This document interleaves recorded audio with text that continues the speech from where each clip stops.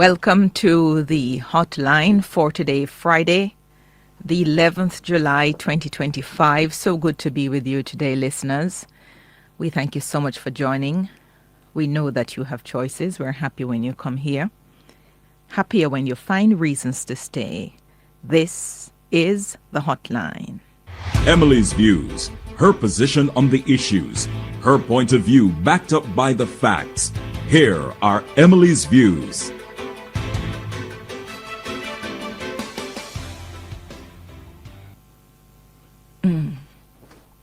Just before I got out of my car this morning in the yard at 32 Linders Road, I had a look at the fitness certificate. Not to remind myself of the date of expiration of the fitness, but to remind myself of the age of the car that I now drive. The car I'm driving now, and which I'm not impatient with it. The car is entering its 10th year. And in fact, the phone I'm using now, and I'm in the habit of liking the things I like, and I'm in no rush to change them.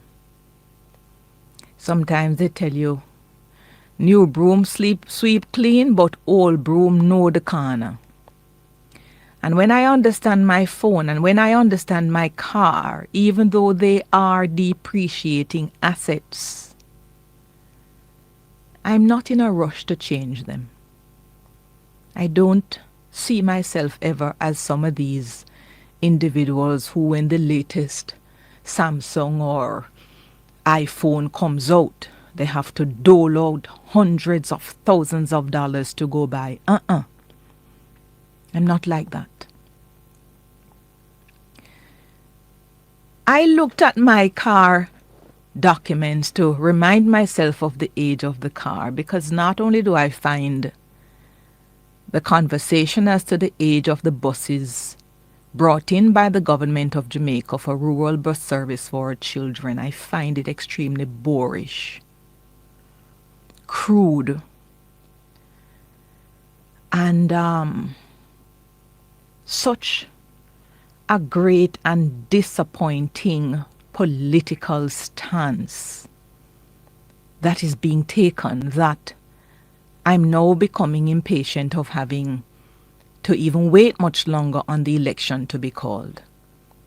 And I think one of the reasons I supported the call of the election right before the first surge of the pandemic in 2020 was because it was impossible for the country to be governed, because every single thing that was said by the government was being opposed. And when you are in a war, in that case we were in a war with an unseen plague, a virus, we needed to be in synergy. And we couldn't be in synergy because everybody was seeking to get one-upmanship. So to settle the country politically, we went to an election, the people voted, and we are back around for this cycle. And the news item cannot drop. Very little can be put out before there is ridiculous opposition to even something that is good for the people. And I'm going to ask us to check ourselves. Opposition, check yourself.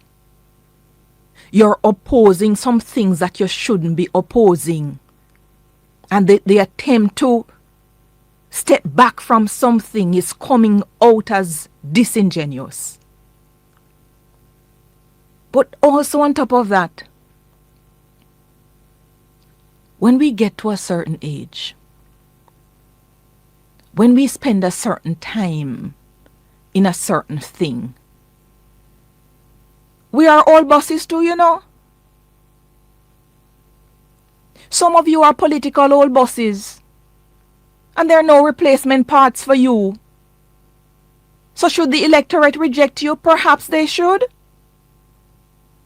So when you criticize something, remember that the same parallel can be drawn with you by virtue of the age and the number of years you are in this thing.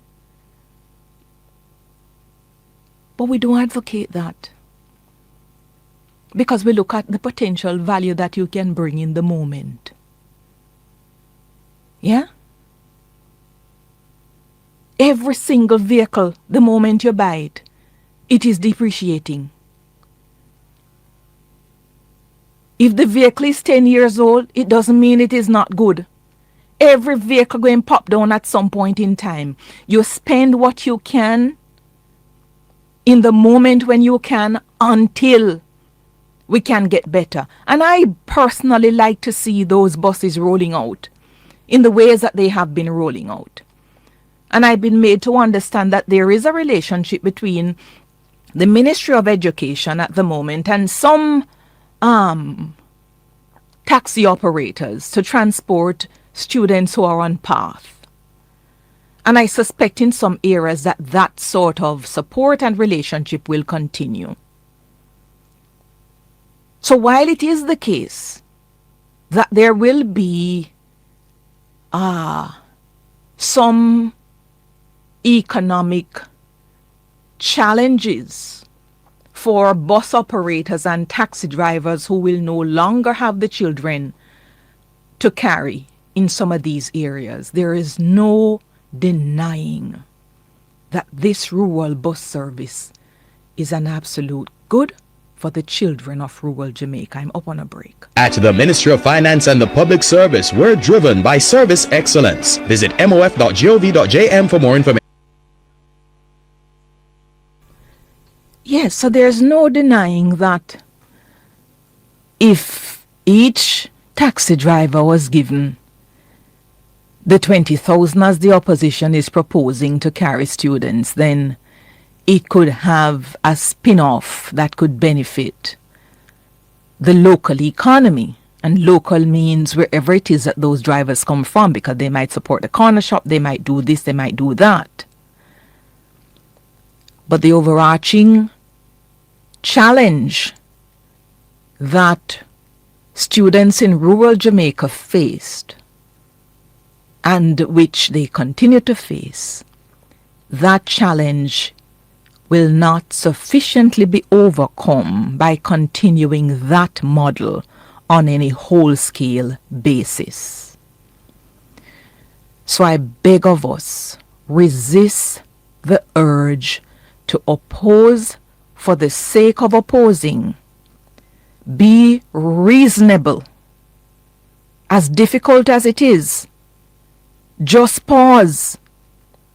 You do not want these buses to have any particular label, because they're good starts. We start somewhere, it is a journey. Next fiscal year, we build out. We continue building out. We change out. So what if bus mash up? What if bus broke down? That's what happens to motor vehicles. We take it on the record, we move on. Be reasonable. It is quite boorish and a complete turn off when you're on fire for every single thing. We literally don't know what you're about. Anyway,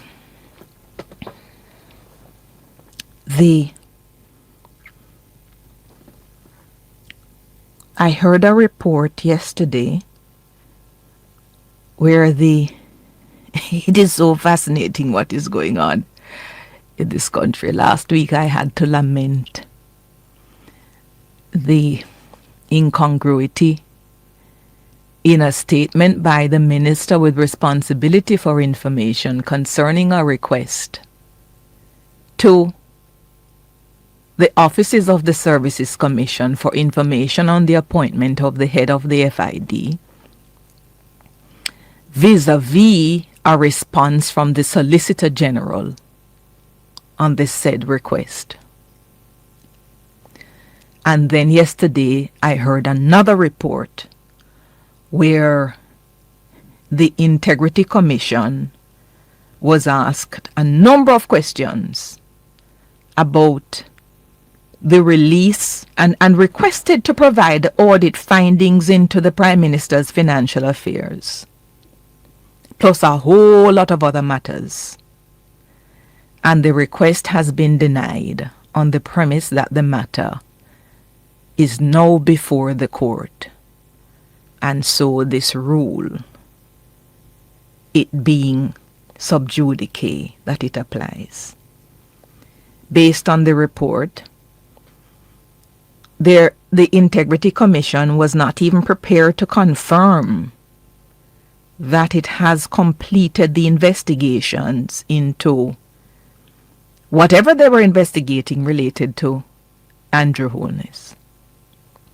Frankly, when I heard the question that was asked, I wondered what more was needed, because the annual report which they put in Parliament and which the report referenced, it actually says that the investigation has been closed. And part of the issue I raised on this program, when they sent that particular report concerning the Prime Minister to be tabled, they actually said the report was closed. Which is why my question at the time was, why on earth did you close the report concerning your investigation into the Prime Minister when you're empowered? You are empowered by law to have other entities cooperate with you. You can therefore, within the course of the investigation, requisition, get information from other entities, process the information, come to your conclusion, and then table your final report. So why did you table your final report, not certify the statutory declaration, and then proceed to send the final report to another entity so the other entity can do some sort of investigation? And then the thinking was, as they said, they can't certify the statutory declaration until they get a report from the FID. So in other words, the Director of Information and Complaints, that has the statutory responsibility to certifying declarations, is literally farming out or giving out that role to some other entity, which based on their investigation, he wishes to be satisfied on some things before he signs off. So the thing seems to me is coming with such circularity, and I don't understand why. So when I heard that report yesterday, the way I consoled myself is this: the attorneys in the matter that is now before the court for judicial review, they're very thorough.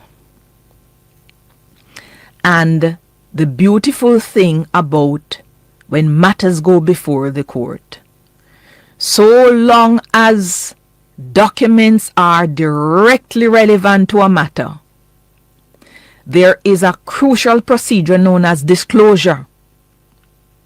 And parties are duty bound to disclose documents that are directly relevant. And if disclosure is made, then the other side can ask for copies of it to be taken. And if for whatever reason the disclosure is not made, but we know that the document exists because we've seen it mentioned in the investigation that has been tabled in Parliament, a request can be made for specific disclosure of that document. So in short order, it is going to be before the court. And in fact, in this post-truth age, as I see Prime Minister Mia Mottley of Barbados is reminding us once again something I said on this program over 6 years ago. In this post-truth era where truth is under siege, maybe it's a little bit better for the information to come out within the arena of the judicial review claim. Perhaps it is. Because this business where little snippets of information being used in all different ways, it grieves my soul for the general place, in which the world is now perched. As Mia Motley is complaining, she actually called for CARICOM members to take immediate steps to confront the dual threats of misinformation and citizen insecurity, warning that the very stability of regional democracies is at stake. And she's so right. So I segue to say, I don't know what we're going to do. I don't know how you manage with this business. But I find there are some things I don't even listen to. You can't have the benefit of my attention on your blog, your vlog, or whatever, because I don't know the truth base from which you're coming, and I do not wish to find the time to assess it. So I stick to my core news sources, who I know take the time to verify. And even when I listen to them for the core news, invariably I don't want their opinions, because I'd like to be free to come to my own opinions on the basis of the facts as they have put out there.